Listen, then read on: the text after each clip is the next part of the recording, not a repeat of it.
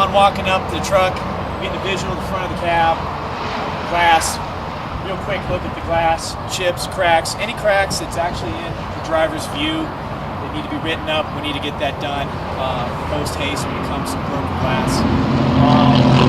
Looking at the front end, just get a quick overview of it. Just looking for immediate body damage, pieces are going to fall off, whatnot, or hanging off the truck. As I go down the side of the truck, I'm checking my mirrors, making sure my mirrors are tight, making sure my mirrors are not broken, looking at the overall condition of the body, steps, looking at my tires and rims. I'm going to look at my lug nuts, see if any of them are missing, loose. On a steel wheel, you're going to look for cracks. When it comes to the cracks, you'll see them because inherently they will have a large amount of rust around them, which you can follow back, usually spanning between lug nuts and lug nut or right to the edge. Get a real good look at that. While I'm there, I'm also going to look right here and take a quick peek, and I can see where the fluid is from my front hub right here. There's an add fuel mark on here. There's different styles we have on these trucks. However, this style right here is pretty clear where it shows you where it needs to be added. As I come past that, I'm also looking at my tires and looking at my tread depth. I'm looking at the wear bars, looking at how much meat I have both outside, inside, and across the middle. Also making sure it doesn't have flat. As I'm coming past, I can see the leaf spring, and I can see the shock, and I can see the frame right in here, and some hoses.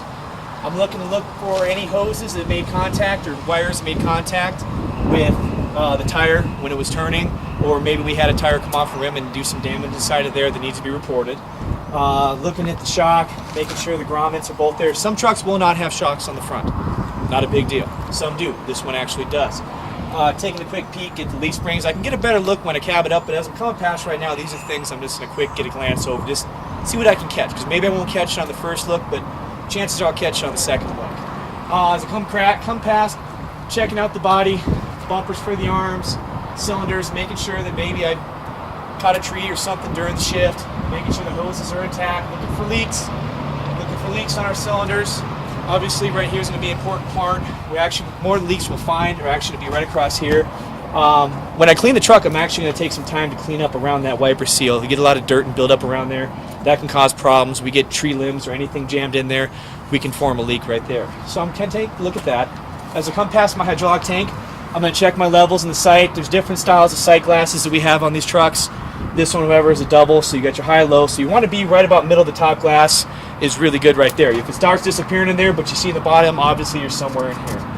On most of our trucks, we have a shut-off, making sure that it works. Also making sure if it's not zip-tied open, that our main hydraulic shut-off is open, make sure nobody's tampered with it. As I go farther down the truck, fire extinguisher in good working order. It's charged. And in most cases, if it hasn't blown off, we'll have a tag on it telling us that it's been recently serviced. As I go farther down the truck, I'm also looking at my lights. Kind of start at the top and working my way down, looking at the body for cracks. On the front loads, inherent, we'll find some cracks in these areas right here. This is a good visual to look for and let us know. As I'm going down the body, I'm also looking for holes in the body, damage. Things that we can get reported and we can go ahead and fix. The farther down I go, I'm inspecting the frame as I come down. I can see my drive line. Farther down, looking at the tires. Again, checking wear on the tires. Inner, outer, and center. Look at the wear bars. At this time I have my cab bar with me. That's what you should hear as you tap your tires. Again, you see the leaf spring as you're going by, kind of take a quick peek at that. Again, looking at our rims. Looking at our wheel nuts. Again, these are actually steel wheels, so checking for cracks. You're going to see the cracks because the rust will basically show you what you're looking for. Also, as I'm coming past, another inherent thing is actually to have leaks from right here. Kind of take a look at that. Those are all things to be reported. Those are things we can catch. We can fix pretty simple while it's running out of the yard. Got my lights are still intact in there. As I come to the back of the truck, I'm looking at the tailgate section. The hydraulic lines, again, making sure no tree limbs, nothing, no trash got stuck in there, damaged. On these rear loads, these McNeilus, also looking for trash to be stuck up in here. If you get a lot of trash build up in there, when your door comes up and tries to lock, it actually will not allow the locking mechanism to fully engage. Therefore, you can have a door come open mid-shift, which is not a good thing, of course. Coming around again, inspecting my lights around the back of the truck, back of the camera, looking for body damage.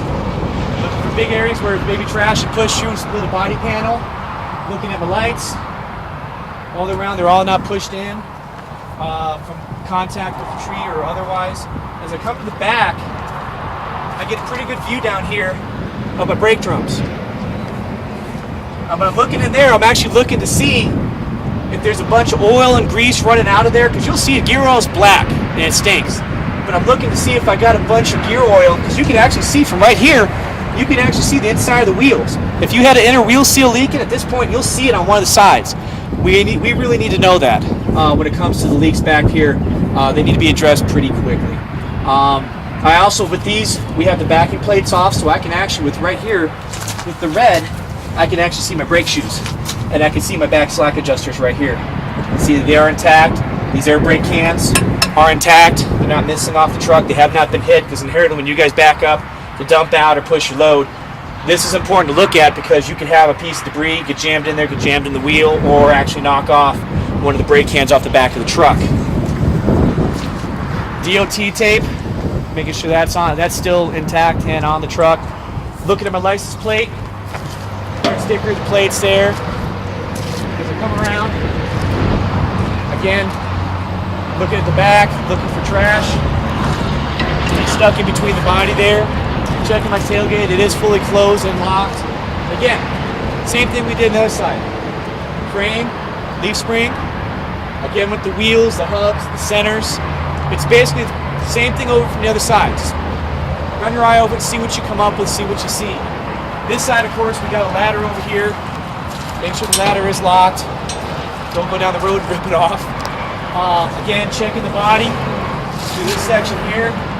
Looking at the frame, looking for cracks and breaks in the frame. Again, with the cylinders, the mounts, bumpers, the arms with the lines intact, tied down firmly. Fuel tank, looking at the straps.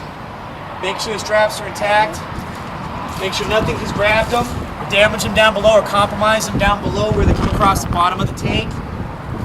Looking for any physical damage to the tank, any leaks. Of course, you're going to see a leak on the ground due to small diesel fuel. Also making sure that during my last fill up, fuel cap is there. Very important. As I come across, looking at my muffler, sometimes on some of the trucks you see them mounted vertically. This horizontal one, looking at the mounts on the mufflers. As I come up to the front, a little more inspection. This side I can see a little better behind the packing blade. I'm also looking in this area here. Now that I can see it because there's not an air cleaner in the way, I'm looking for trash. I'm looking for a bunch of debris to be tucked in there. Fire hazard, big fire hazard, guys. Checking that. Now with my exhaust coming over here in this direction and being where it's mounted, I'm also looking for leaks on my exhaust. That'll be indicated by, you'll see a black sooting is what you're going to find on there. Excessive rust, brakes, looking for brakes in this flex tube that's mounted through here. At this point, I can do a couple different things. What I'm going to do right now is I'm actually going to cab this up, and then I'll check my fluids and I'll do my under cab inspection. But just taking a step back, again, looking at the tire, all three quadrants of the tire, looking at the rim, lug nuts are all there. Again, checking to see if I got gear oil at my hub. At this point, I'm going to go ahead and cab it over. Some of the trucks we're going to have to lift the body up in order to go ahead and cab it up. This one, however, I can just go ahead and just jack it up.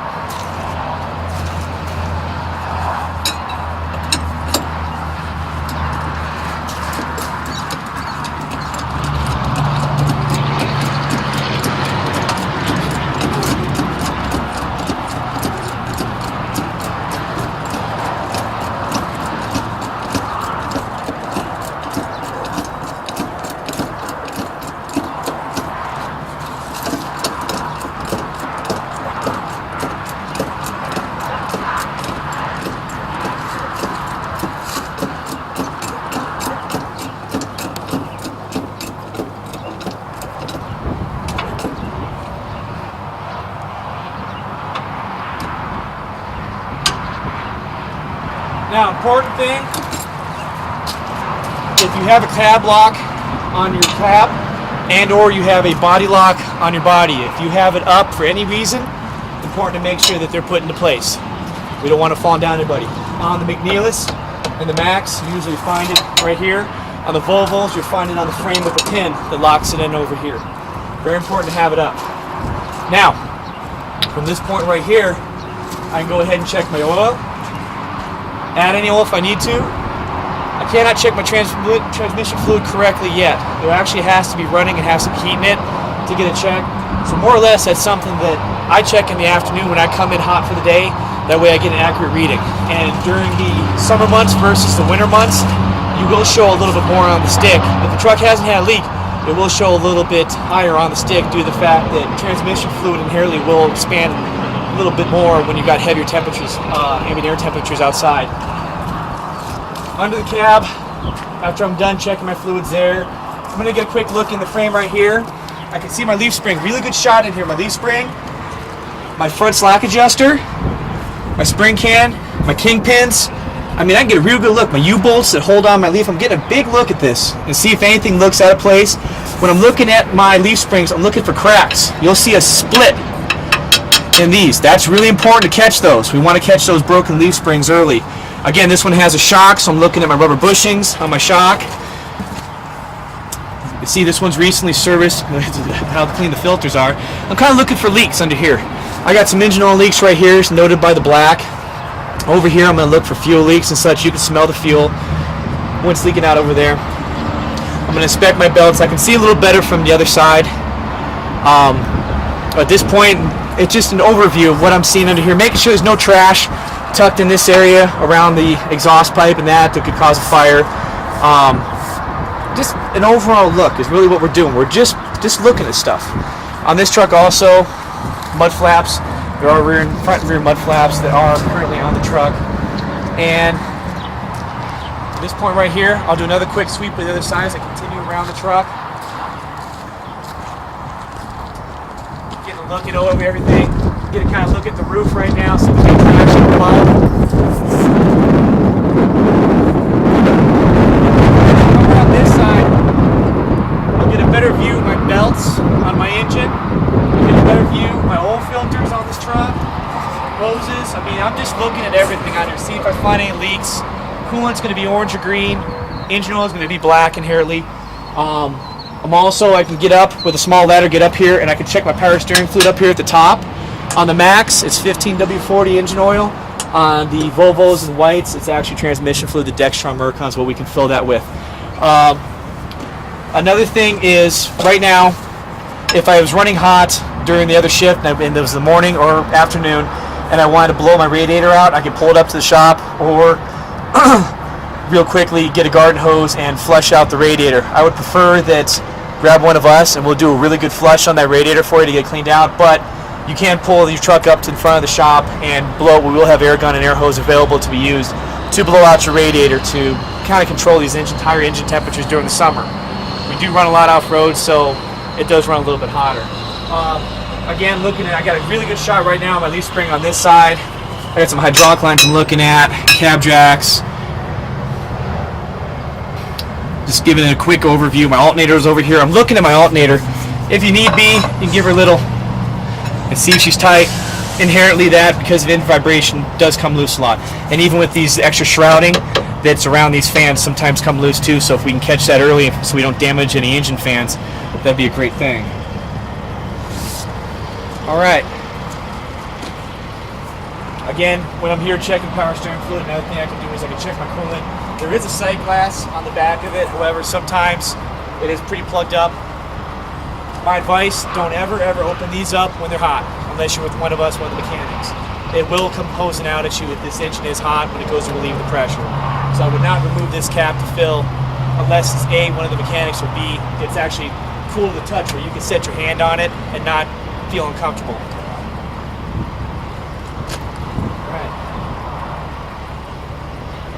That concludes this part. I'll cap it down, we'll do a quick light check, and then we'll do the runnability part of the post trip. From this part, I'm up in the cab, I'm going to go ahead and start the truck up.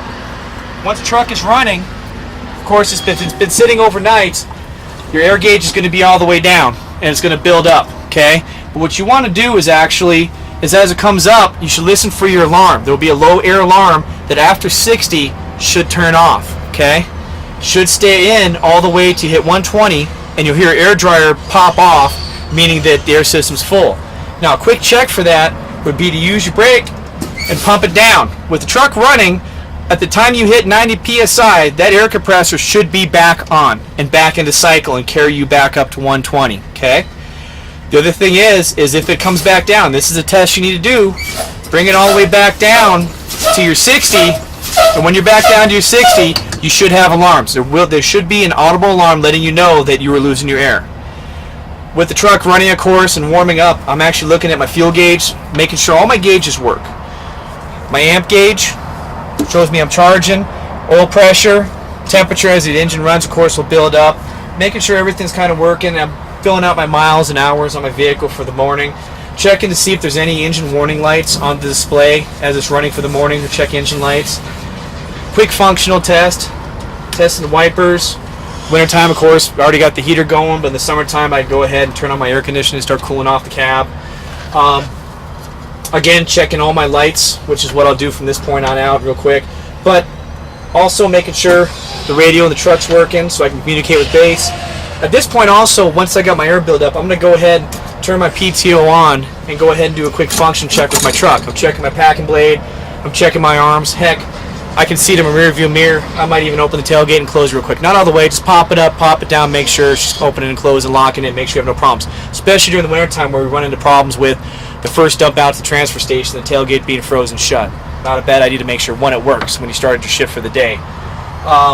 Another thing to make sure of is that this cab is clean and free of any objects that in the event of an accident or rollover are not going to come and hit you. It's DOT that we should not have buckets, standing fans, anything up in these cabs that will actually become a projectile in the event of a rollover or accident, therefore really doing some damage to you. So I'm going to look around the cab, make sure it's clean. But, you know, if I need to, I'll wipe down the windows for the day, you know, knock the dust off them so I can see out there, checking my mirrors. If I need to, I'll jump out real quick, make some adjustment on my mirrors. During the winter time, I actually already have my defrosters going on my mirrors if they are there and functioning. Just get an overall view of all my in-cab controls and everything's working. At that point also, once I have my air built up, I'm going to go ahead and put the truck in gear, and I'm going to give it a little acceleration. I'm going to tug against those brakes and make sure that they're holding. Because with those parking brakes applied, not full throttle mind you, but just a little bit of throttle, they should hold the truck. That's also going to note if I need to get my brakes adjusted. And actually that's something that I'd like to have caught during the post-trip at the end of the day. Do it again at the end of the day, and that way you can catch, hey, my brakes are slipping a little bit, but you know, make sure that if it needs to be done, we can catch it real quick at the end of the day and get that done for you. Another thing to double check that you have is current registration, proof of insurance for the vehicle in the event of something happening also. Most trucks, I've seen them, they carry them up here in the cubby hole up above. Some of them actually have boxes like this one does to hold it back here. If you're actually pulling a trailer, there will be registration with the trailer, and any of the smaller vehicles, our toilet trucks, our delivery trucks also, again, make sure that you have the registration, of course, with the stickers on the plates, but also carrying your registration and current proof of insurance in your vehicle in the event of something happening.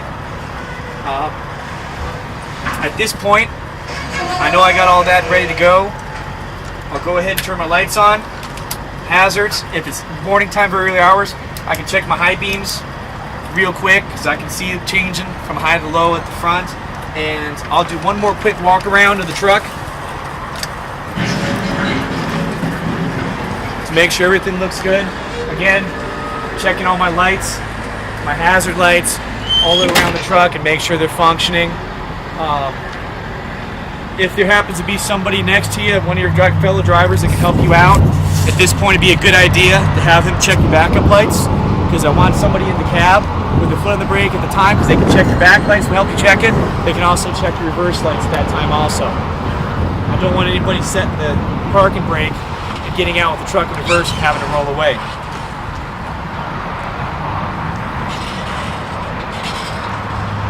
And that basically concludes our inspection process for the pre-trip. Thank you.